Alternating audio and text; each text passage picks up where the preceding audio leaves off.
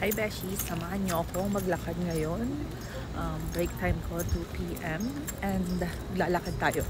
So while walking, i-share ko na rin sa inyo kung paano ko nakuha yung PR ko. So I got my PR through BC PNP Health Authority. Dumating ako dito sa Canada year 2021 as an international student. I graduated December 2022 or January 2023 pala yun. I applied for postgraduate work permit. Nabigyan ako ng 3 years via flag polling since ang tagal-tagal ng process pag online. So after I graduated, lumipat ako ng Richmond. Siyempre, hindi ko sasabihin kasi chismosa kayo kung bakit ako lumipat.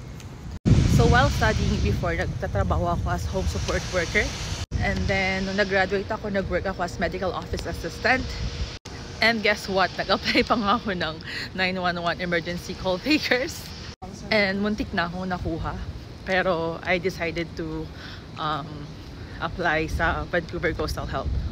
Ang available na position nun is temporary full-time from August to December.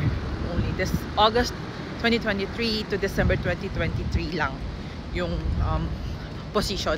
So luckily nakuha ko yung position dito sa MS Clinic.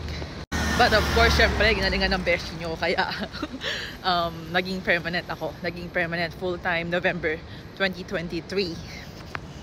And sa BC PNP Health Authority, hindi mo na kailangan maghintay ng months of experience.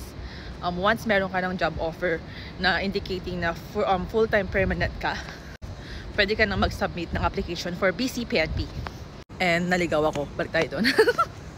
So ayun na, nag-decide ako na mag-apply na ng BC PNP Health Authority, which is non-express. Non-express kasi hindi ako qualified for express entry dahil nga wala akong 1 year of experience, skilled experience.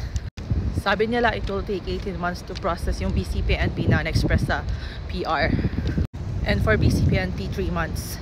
Nag-submit ako ng application for BC PNP November 2023 nung nakuha ko agad yung job offer ko. And na-receive ko yung certificate of nomination noong February 2024. So 3 months din yung BCPNP. Medyo confusing pa ako noon kasi bakit wala akong score, wala akong invitation. Pagka-click ko nung email from BCPNP, direct application na siya to create PR portal. And then nalaman ko wala palang pointing system pag BCPNP Health Authority. Hindi nila ako ni-require ng proof of funds. Wala akong in-attach na proof of funds. Although may mga certain documents na hiningi sa akin like employer declaration form, employer declaration form, yung job offer letter, ano pa ba, at saka yung certificate of nomination. Yung mga iba madali lang makuha. So ayun na nga, nag-submit ako agad ng application. Pagka-receive ko ng nomination, February yun. So ayun, waiting time. So February, mga bandang June, naka-receive ako ng biometrics request letter. So 4 months after yon. So after biometrics, waiting time again. Mga bandang August, last week of August, naka-receive ako ng do not reply email IRCC para isend yung mga personal informations like yung eye color, height. Wala namang weight doon. Height, UCI number, application number, address kung nasaan ako, ganun. Siguro kinukonfirm nila kung andito ako sa Canada or outside Canada. And then after nun, naka-receive ako ng email na mag-login ako sa PR portal para sa mga susunod na steps. Which is to submit yung photo. Submit photo and then yung consent. May consent agreement dun eh.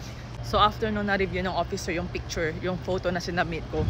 Ayun, nag-email na siya na you can download your ECOPR. September 11 yun. So, officially, September 11, PR na ako dito sa Canada. It took me, 6 months na maghintay para sa PR. Simula nung nag-submit ako ng application. Bale, 3 months BCPNP and then 6 months PR application. Wala din 1 year. May 1 year na ba? Oh, wala din. Which is okay kasi 2026 mag-expire yung PGWP ko. So, ayan na nga. Waiting na lang ako sa PR card. And oo nga pala, BC PNP Health Authority is like kapag nagwo-work ka sa isa sa mga health authorities ng Canada. skilled or non-skilled ang alam ko, pero nagbabago-bago ang policy nila. So, visit nyo na lang yung website para sure. Oo nga pala mga beshi, I forgot to mention, ang trabaho ko pala is booking clerk. So, booking clerk ako sa MS Clinic. Isang specialist clinic. So, 20 minutes na tayo naglalakad. Nakita ko na lahat. So, ayun, tapos ko na yung paglalakad ko. Ay, hindi, meron pa akong 30 minutes to walk. So, ayun, BCPNP Health Authority na Express. Thank you! Okay, bye, besties. Dito na lang yung video ko. Bye!